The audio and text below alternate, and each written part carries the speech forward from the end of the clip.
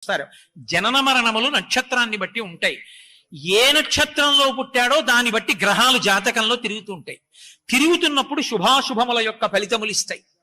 ఒక ప్రత్యేక నక్షత్రంలో పుట్టాడు, స్వాతి నక్షత్రంలో పుట్టాడు అనుకోండి, ఇప్పుడు ఏలినాడు శనిలో ఉంటాడు.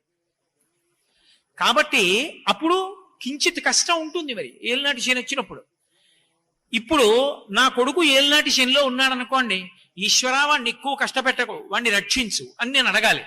ఈశ్వరా మా ఇంట్లో కుక్క ఏదో ఫలానా నక్షత్రంలో పుట్టింది, సమస్త జగత్ ఆ 27 నక్షత్రాల్లోనే పుట్టింది. ఒక్కొక్క నక్షత్రానికి 4 పాదాలు, 27 × 4 108.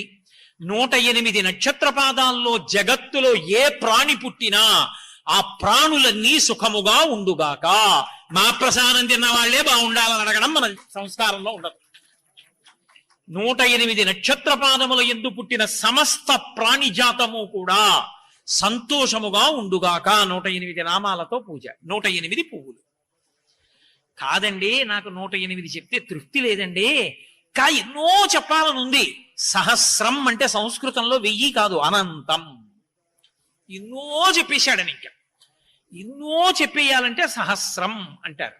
సంఖ్య 1000కి పరిమితం చేస్తారు, అప్పుడు సహస్రనామార్చన చేస్తారు.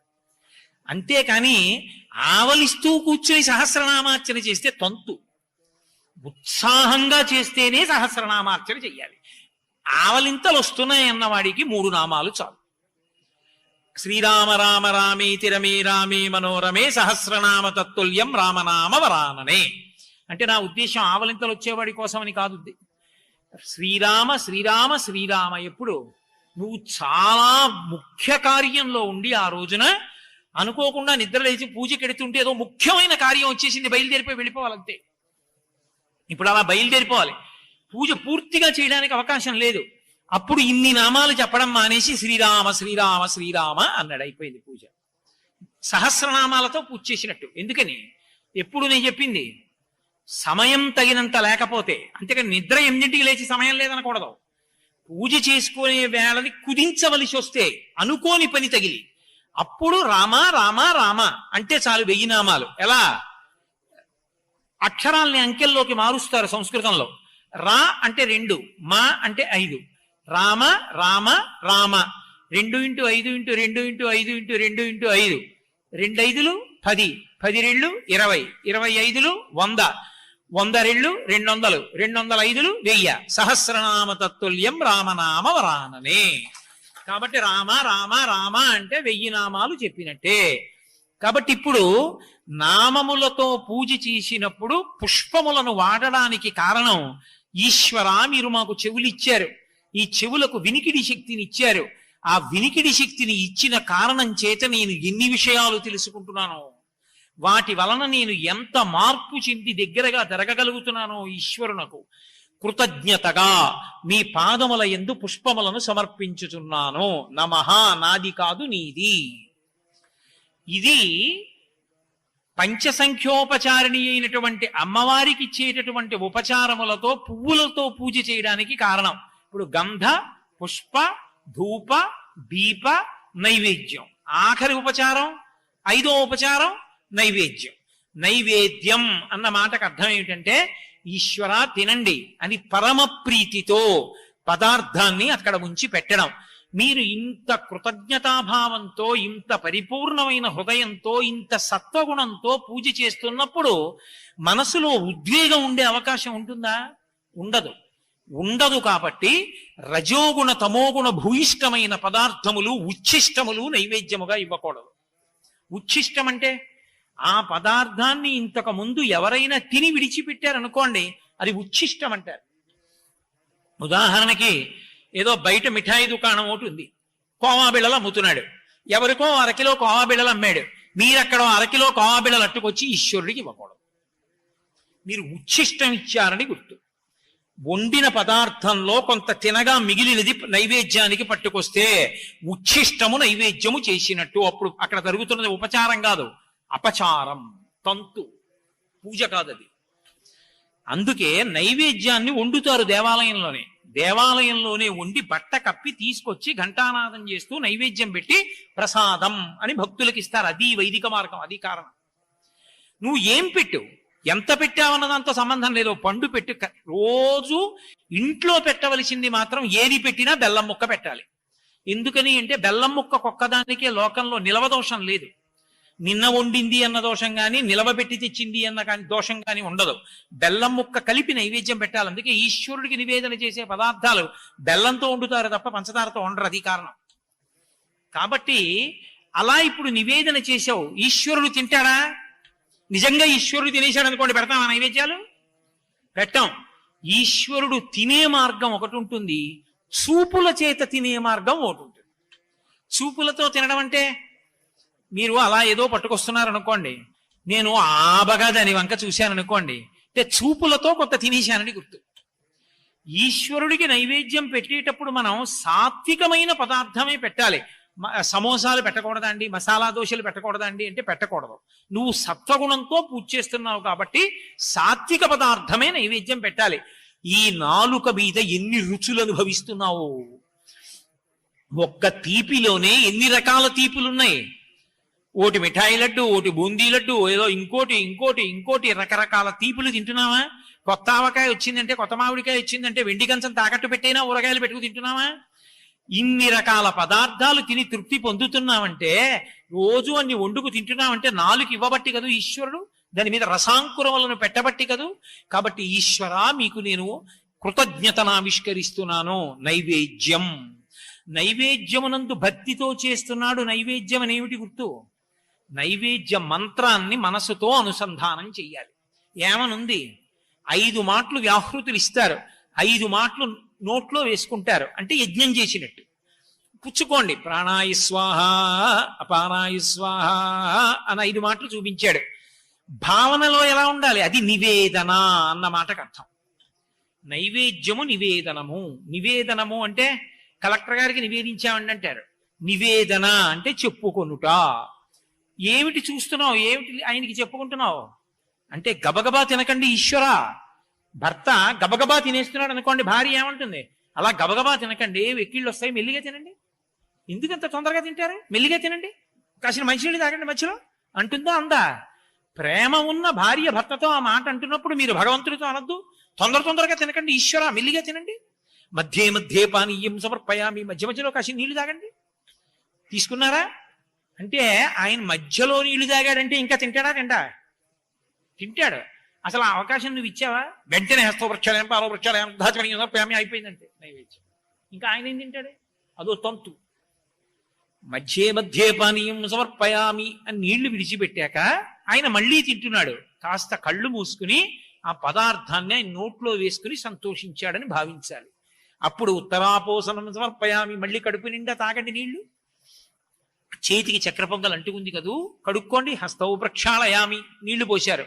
ఏదైనా తింటే కాళ్ళు కడుక్కోవాలి. పాదౌ ప్రక్షాళయామి, కాళ్ళు కడుక్కోండి. శుద్ధ ఆచమనీయం సమర్పయామి, 3 మాటలు నీళ్లు పుచ్చుకోండి. శౌచం ఉంది. ఇప్పుడు ఈశ్వరుడు యొక్క నైవేద్యంలో నిజంగా అనుభవించి పెడితే, మనసు నిలబడితే అప్పుడు అది నైవేద్యం. ఈశ్వరుడు చూసి మనకిచ్చాడు కాబట్టి అది ప్రసాదం.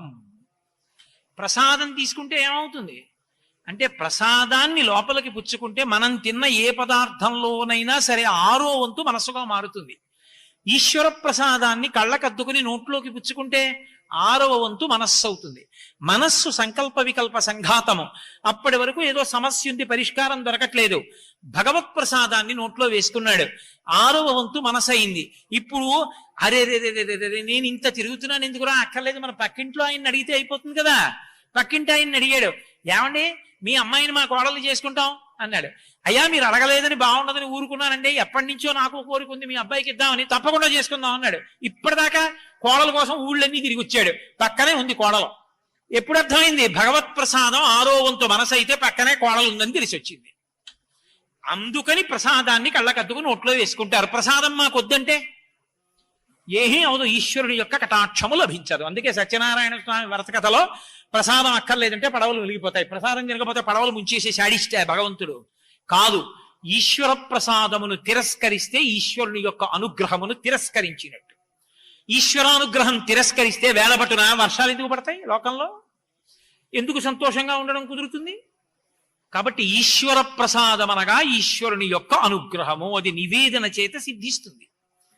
ఇప్పుడు పూజ ఈ పంచసంఖ్యోపచారిణి, ఈ 5 ఉపచారములను శ్రద్ధగా నువ్వు చేస్తే నీకు జ్ఞానేంద్రియములను భగవంతుడు ఇచ్చినందుకు కళ్ళు, ముక్కు, చెవి, నాలుక, చర్మము ఈ 5 ఇచ్చినందుకు ఈ 5టికి కృతజ్ఞతావిష్కారమునకే పూజ అని పేరు.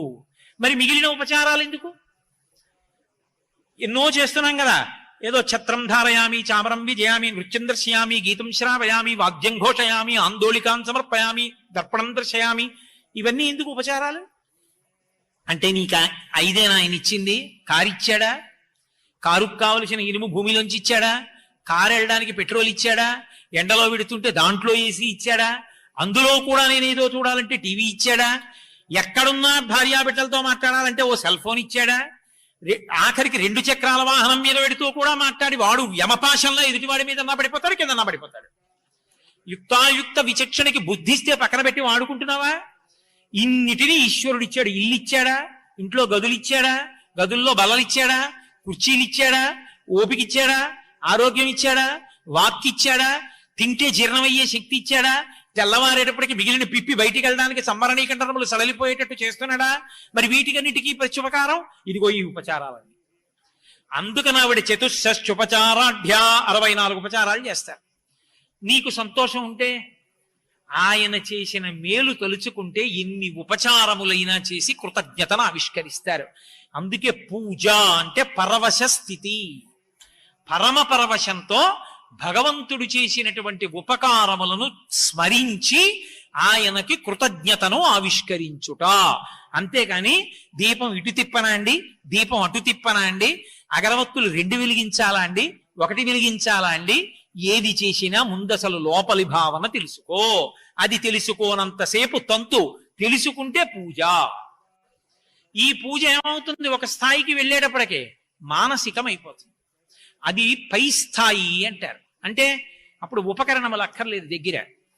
ఆ కృతజ్ఞతాభావం లోపల బాగా పెరిగిపోతే మనసు వెంపర్లాడిపోతుంది పూజ చేస్తానని.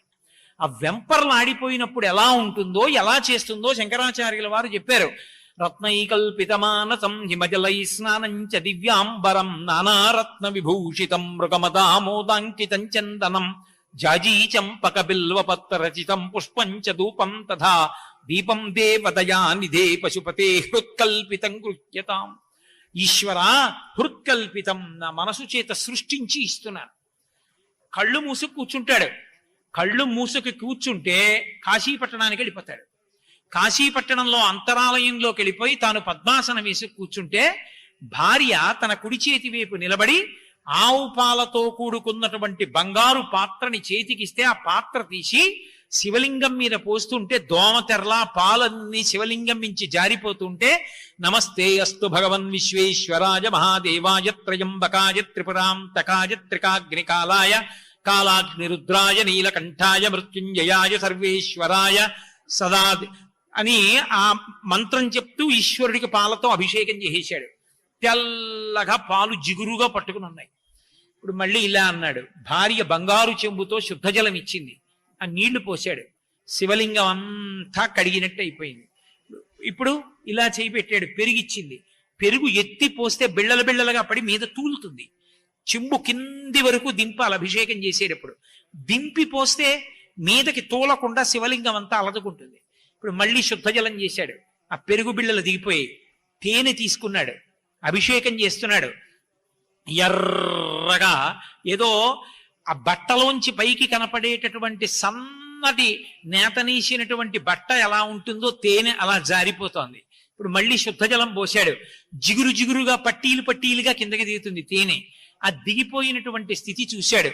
నేతి పాత్ర జాగ్రత్తగా పట్టుకోవాలి. పట్టుకున్న చోట నెయ్యి తగిలితే జిగురు చెంబు పడిపోతుంది. కింద పొడిగా తుడిచి భార్య చేతిలో పెట్టింది. అది పట్టుకుని నేతిని పోస్తున్నాడు. బరువుగా మెల్లిగా దిగుతుంది నెయ్యి. ఆ దిగిపోయినటువంటి నెయ్యి ఇప్పుడు మళ్ళీ శుద్ధ జలం పోశాడు. అంచులంచులుగా చీరలుగా నెయ్యి అంతా కిందకి దిగుతోంది. ఆ తరువాత ఏదో పళ్ళరసాలు చేశాడు. శుద్ధోదకం చేశాడు. శివలింగాన్ని తుడిచేశాడు. చందనం పెట్టాడు. దానికి బొట్టు పెట్టాడు. దానికి వస్త్రం కప్పాడు, ఉత్తరీయం కప్పాడు, పుష్పహారం వేశాడు, రుద్రాక్షమాల వేశాడు. వేసి జాజిపూల పళ్ళెం చేత్తో పట్టుకుని ఓం నిధనపతయే నమః అని వేస్తున్నాడు. జాజిపూలు శివలింగం మీద పడి కింద పడిపోతున్నాయి. ఓం నిధనపతాంతికాయ నమః, ఓం ఊర్ధ్వాయ నమః. శివలింగం మీద పడుతున్నాయి, కింద పడుతున్నాయి. పానవట్టం అంతా జాజిపూలతో నిండిపోయింది. ఇలా అన్నాడు. భార్య మారేడు దళాల పళ్ళెం ఇచ్చింది, ఒళ్ళో పెట్టుకుని ఒక్కొక్క మారేడు దళం తీస్తున్నాడు. త్రిదళం త్రిగుణాకారం త్రినేత్రం చ త్రియాయుషం త్రిజన్మ పాప సంహారం ఏకబిల్వం శివార్పణం. మారేడు దళాలు వేస్తున్నాడు. పూజ అంతా అయిపోయింది. బోలెడన్ని పళ్ళు పాయసం అన్ని భార్య అక్కడ పెట్టింది. మూతలు తీసి గంట వాయిస్తూ నీళ్లు జల్లి నైవేద్యం పెట్టాడు ఈశ్వరుడికి. ఇప్పుడు తాంబూలం ఇచ్చాడు. నీరాజనాన్ని శివలింగానికి చూపిస్తున్నాడు. ఆ నీరాజనపు కాంతులలో శివలింగాన్ని చూశాడు. మంత్రపుష్పం చెప్పాడు. ఓ పువ్వు తీసి కళ్ళకద్దుకుని తల మీద పెట్టుకున్నాడు. ఆ ప్రసాదాన్ని పాయసం చేతిలో వేసుకుని నోట్లో వేసుకున్నాడు. ఆ చేయి కడుక్కున్నాడు. పీఠమించి లేచి ఇంట్లోంచి బయటికి వచ్చాడు. ఇదంతా ఎక్కడ కూర్చుని చేశాడు? ఎక్కడ నిజంగా కాశీ వెళ్ళి కాదు, ఇక్కడే కూర్చుని మనసులో వారణాసి పట్టణంలో ఉన్నటువంటి విశ్వనాథలింగానికి అభిషేకము పూజ పూర్తి చేశాడు. ఇప్పుడు పూజ చేసినప్పుడు మనసు నిలబడితే అందుతుంది. మనసొక్కటి నిలబెట్టి మనసు పదార్థమును సృష్టిస్తే ధ్యానమై ఇవన్నీ ఈశ్వరుడికి అందిపోతాయి. అందుకే ఈ పూజ కన్నా పై స్థాయి పూజ మానస పూజ. అందుకే ఈ పూజ నియమంగా ఎందుకు చేస్తారంటే అది చెయ్యగా చెయ్యగా చెయ్యగా చెయ్యగా చెయ్యగా ప్రీతి పొందినటువంటి మనస్సు మధ్యలో వ్యవధానం లేకుండా ఆ పూజని ఏ పదార్థాలు లేకపోయినా కళ్ళు మూసుకు కూర్చుంటే సమస్త పదార్థములను మనసు సృష్టిస్తుంది. సృష్టిస్తే ఇన్ని పదార్థములతో పూజ చేస్తాడు. అక్కడ లేవు కదండి. అంటే మనసు సృష్టించి ఇచ్చింది ఈశ్వరుడికి ఎక్కువ. ఎందుకనంటే మనసు నా దగ్గర పెడితే నీ ప్రీతి చెందుతానంటాడు. వటుర్వాగీహీ వా ఇతిరపి జటీవా తదితరో నరో వా యక్కశ్చిద్ భవతు భవకింతేన భవతి యదీయం హృత్పద్మం యది భవత దీనం పశుపతే తదీయస్త్వం శంభో భవసి భవభారంచ వహసి అంటారు శంకర భగవత్పాదులు. నువ్వు ఏం చేశావు కాదు, మనసు ఆయన దగ్గర పెడితే నీకు ప్రీతి. ఇప్పుడు మనసుతో ఇన్ని సృష్టించి అక్కడ పెడితే ఆయన పరమానందాన్ని పొందేస్తాడు. పొంది ఈ చేసిన పూజ ఒక్క ఉపచారం కూడా తక్కువ కాకుండా పరమేశ్వరుడికి అందుతుంది. ఈశ్వరుని యొక్క అనుగ్రహానికి పాత్రుడవుతావు. అందుకే పూజ అన్న మాటని అర్థం చేసుకుని పూజ చేస్తే తరిస్తాడు. లేకపోతే అది తంతుగా మిగిలిపోతుంది. అలా మిగిలిపోకుండా ఉండాలి అంటే ఆ పూజలో చేసేటటువంటి ఉపచారముల యొక్క తత్వమును తెలిసిన్నవాడై ఉండాలి. అందుకని అసలు జీవితంలో ప్రాథమికంగా తెలుసుకు తీరవలసిన విషయం ఏది అంటే పూజ అన్న మాటకు అర్థం పూజ ఎందుకు చేస్తామన్నది.